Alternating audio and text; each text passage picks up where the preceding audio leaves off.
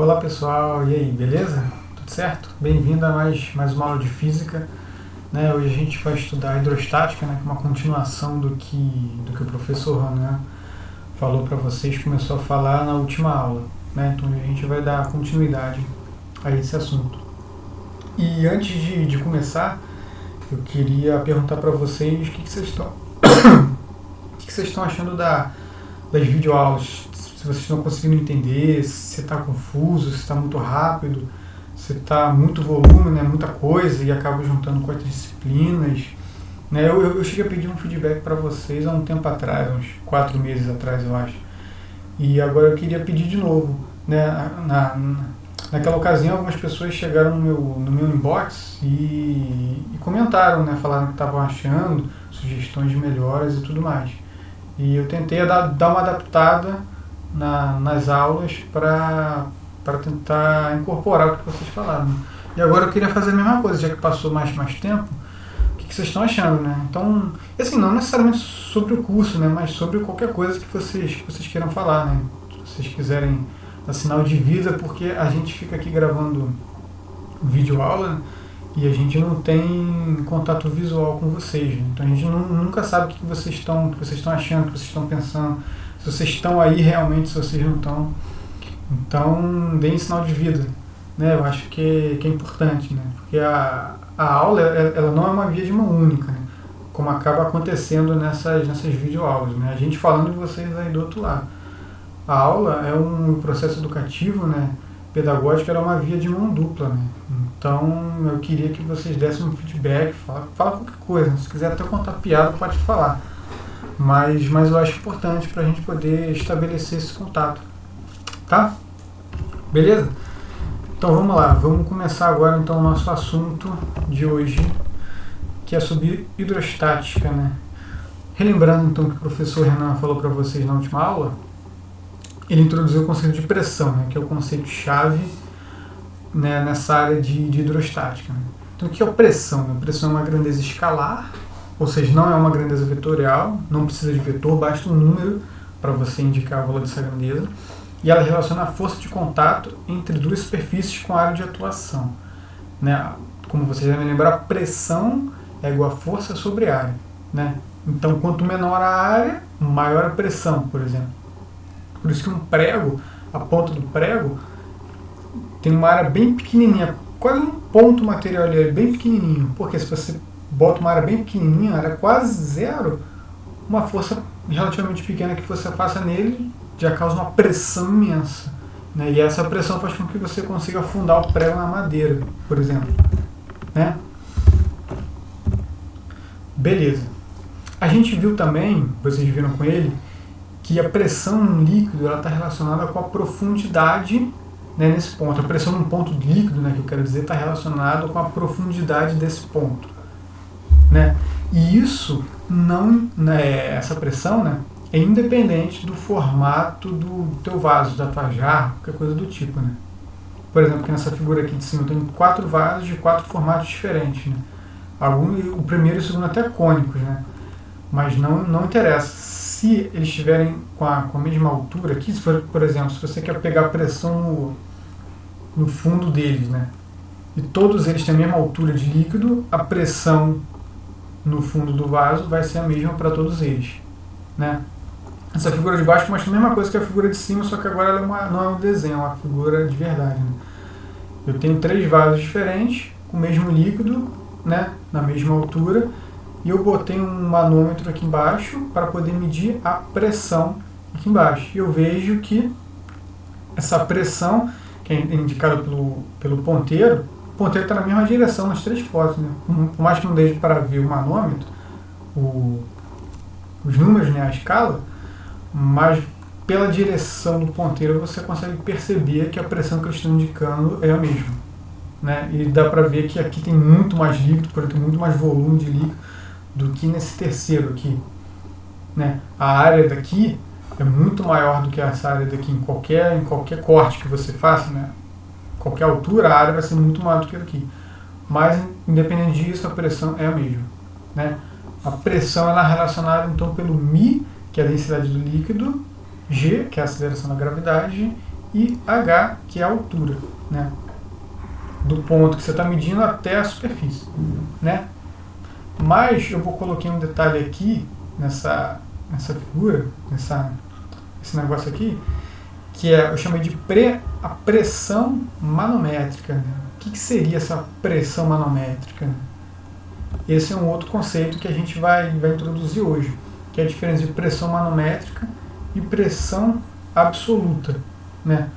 Porque nessa figura aqui, como vocês devem ter lembrado da aula do Renan, a pressão aqui embaixo é dada pelo quê? Pela coluna de líquido, mais a pressão que o ar exerce aqui em cima, né? Porque aqui em cima também tem ar, tem uma atmosfera aqui em cima. Né? E essas partículas de ar, né, elas se chocam umas contra as outras e se chocam também com a superfície do líquido, né? Empurrando a superfície do líquido para baixo. Né? Então, essa pressão também ela influencia na indicação do manômetro aqui. Né? Vocês podem fazer um teste, por exemplo, esse terceiro jar aqui, como ele é bem cônico, ele dá uma funilada aqui na ponta. Você pode muito bem, por exemplo, botar a boca aqui e dar uma soprada, você vai ver que esse ponteiro aqui ele vai se mexer e a pressão vai aumentar. Tá? Então, beleza. Então, para que a gente precisa de duas pressões? Pressão manométrica e a pressão absoluta. Né? A pressão manométrica ela é basicamente a pressão absoluta subtraída da pressão atmosférica. Né? Ou, em outras palavras, a pressão absoluta é igual a pressão atmosférica mais a pressão manométrica. Né? Se eu jogar esse PATM para lá, eu vou ter pressão manométrica igual a pressão absoluta menos a pressão atmosférica. Né? Para que serve isso? Né? Por exemplo, se eu tenho um manômetro aqui e ele está desconectado, né? Não está conectado a um pneu de uma bicicleta, qualquer coisa tipo para de pressão, qual é a indicação que o ponteiro vai dar? O ponteiro vai dar a indicação 0. Né? Você vai falar, pô, mas não há pressão, não é 0, porque tem pressão atmosférica. Sim, mas a pressão manométrica ela subtrai o valor da pressão atmosférica. Né? Porque se você está com a sua bicicleta aqui, ou se você for com ela, sei lá, passar com arema, for com ela para qualquer outro lugar, né, considerando a mesma altitude, mais ou menos, né, a pressão atmosférica sempre vai existir, sempre vai ter o mesmo valor aproximadamente. Ela não vai influenciar tanto. Né? Então, para facilitar a visualização, a gente pega essa pressão absoluta e subtrai o valor da pressão atmosférica. Né? E a gente cria o valor que é uma nova grandeza, que é a pressão manométrica. Tá? Então, esse gráficozinho aqui mostra mais ou menos isso. Né? A pressão absoluta ela é medida a partir do vácuo absoluto, ou seja, 0 partículas se chocando contra a superfície do líquido, por exemplo. Isso é o vácuo absoluto. Né? Conforme eu vou adicionando moléculas, né, a minha pressão vai aumentando, até que eu chego num nível de pressão atmosférica. Né? Se eu continuar aumentando a pressão, a partir daí é que eu começo a contabilizar a pressão manométrica, tá? Que é a pressão que é indicada pelos manômetros, que você vê em posto de gasolina, em oficina mecânica, em qualquer coisa do tipo. Ali é sempre a pressão manométrica. Né? A pressão absoluta já é descontado o valor da pressão atmosférica. Tá? Então, quando você vai encher o pneu da tua bicicleta, você sempre olha no manômetro, a pressão que você vê aqui é a pressão manométrica. Tá bom, gente? Então, beleza. Então, a pressão manométrica, as unidades mais usuais são o bar, que equivale exatamente a 1 atmosfera, né? O pascal, que é a unidade do sistema internacional, né? Que é o newton por metro quadrado, o megapascal, que é o newton por milímetro quadrado, e o PSI, que a gente usa bastante também. A gente usa mais para calibrar pneus, né? A pressão costuma ser dada nessa unidade aqui, mas lá nos Estados Unidos, no Reino Unido, isso aqui é visto em todo lugar, né? Porque a unidade que eles trabalham lá é a unidade do sistema inglês, né? que significa pounds por polegada ao quadrado, que é inch em inglês, né? Então aqui eu botei nessa figura aqui a cara de um manômetro para vocês, né? Então ele mede a pressão em bar, nessa escala preta, e em PSI, nessa escala vermelha, né? Mas vocês percebem que tem um PSI-G aqui. Esse G vem de gauge, né? Que significa pressão manométrica, tá? Então essa pressão em vermelho aqui é a pressão manométrica, ó, por exemplo. O ponteiro dele está apontado para 0, né? 0 bar e 0 PSI. PSI-G, né? O que isso significa? Significa que o manômetro está desconectado, ele não está acoplado em nenhum pneu que esteja cheio, nenhuma roda de bicicleta que esteja cheio, nada disso, está desconectado, 0.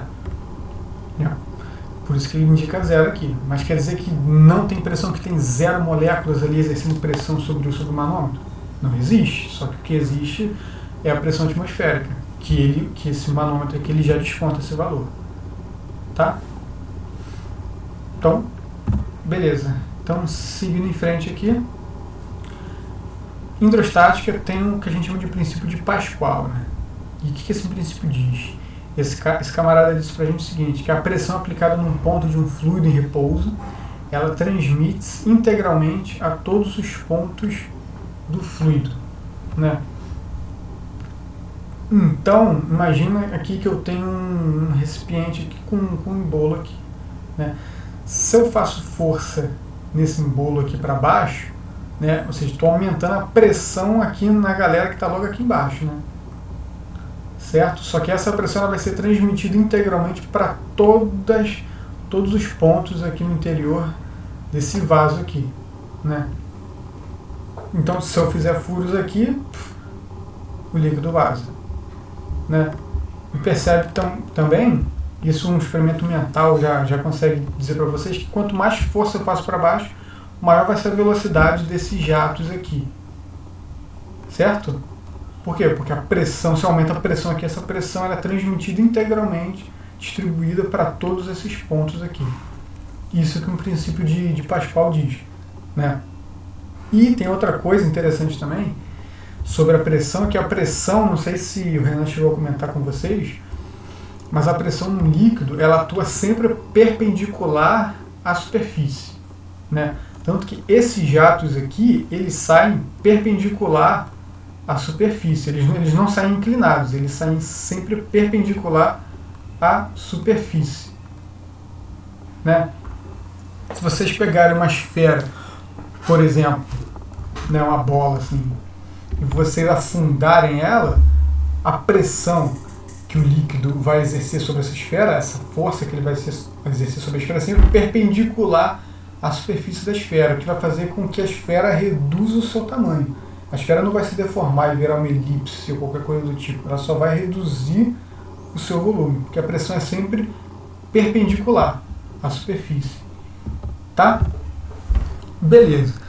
E qual é a consequência prática, em termos práticos? O que esse princípio de Pascal ele quer dizer pra gente, né? Por exemplo, se eu tiver um elevador hidráulico aqui, né? Segundo o princípio de Pascal, a pressão que eu exerço aqui, logo embaixo desse embolo aqui, por conta dessa força aqui, se eu empurrar essa manivela aqui para baixo, essa pressão ela vai ser distribuída ao longo do fluido e vai ser a mesma pressão exercida aqui embaixo, exercida pela força do peso do carro, né? Então, beleza. Mas em termos matemáticos, vamos jogar isso aqui agora, esse raciocínio agora, em termos matemáticos, para a gente ver o que acontece.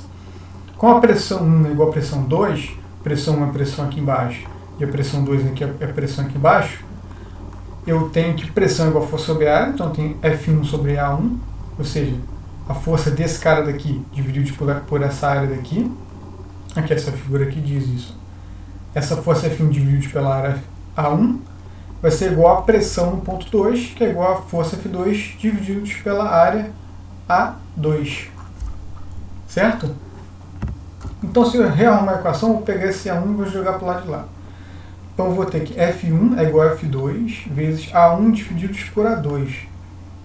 Olha que interessante aqui. Se o meu A1 for diferente do meu A2, o meu F1 vai ser diferente do meu F2. Né?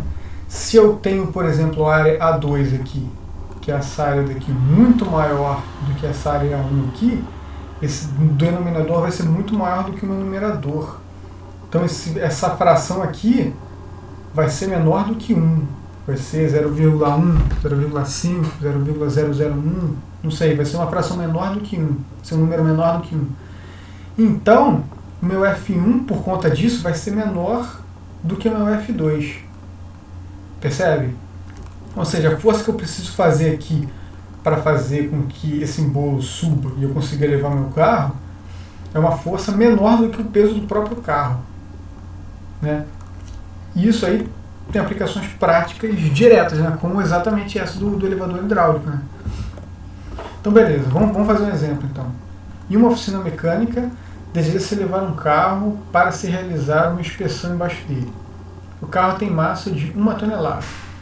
E a oficina dispõe de um elevador hidráulico, onde as áreas dos êmbolos, desse êmbolo e desse êmbolo aqui, do êmbolo menor e do êmbolo maior, são, respectivamente, 25 e 500 centímetros quadrados. Né? Pergunta, qual a força para elevar o carro? Né?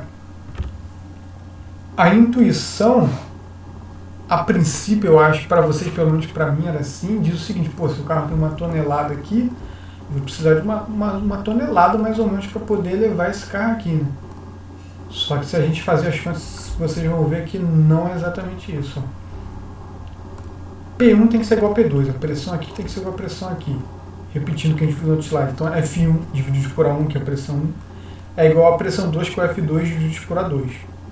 Certo? Então, jogando 1 para o lado de lá, eu tenho isso aqui. F1, que é a força que eu faço aqui, é igual a F2, que é o peso do carro, que é a força que ele faz aqui para baixo, A1 dividido por A2. A1 dividido por A2. Tá? Substituindo os valores agora. Quem é o meu F2? Essa força aqui é a força do peso do carro, que é igual a massa dele vezes a aceleração da gravidade, vezes a razão entre as áreas desse êmbolo dividido por esse êmbolo. 25 sobre 500. Então, se eu fizer essas contas aqui, eu chego que a força F1 é igual a 500 newtons. Né? 500 newtons é o equivalente a uma pessoa de massa de 50 quilos. Ou seja, uma pessoa de 50 quilos, né, subindo aqui, consegue elevar um carro de 1 tonelada. Né? Maneiro isso, né? Simplesmente porque a área dos êmbolos são diferentes. Essa área é 25 e essa área aqui 500, é uma área muito maior, é uma área 20 vezes maior. Né? Isso é uma consequência direta do princípio de Pascal. Tá? Então, beleza, gente. Vamos... Como já tem 18 minutos, vamos encerrar esse vídeo por aqui. E eu vou gravar um outro agora, uma outra aula, falando sobre empuxo, que vocês já devem ter ouvido. E a gente vai entender no próximo vídeo aula o que significa esse tal desse empuxo. Beleza, gente? Então é isso, beijos.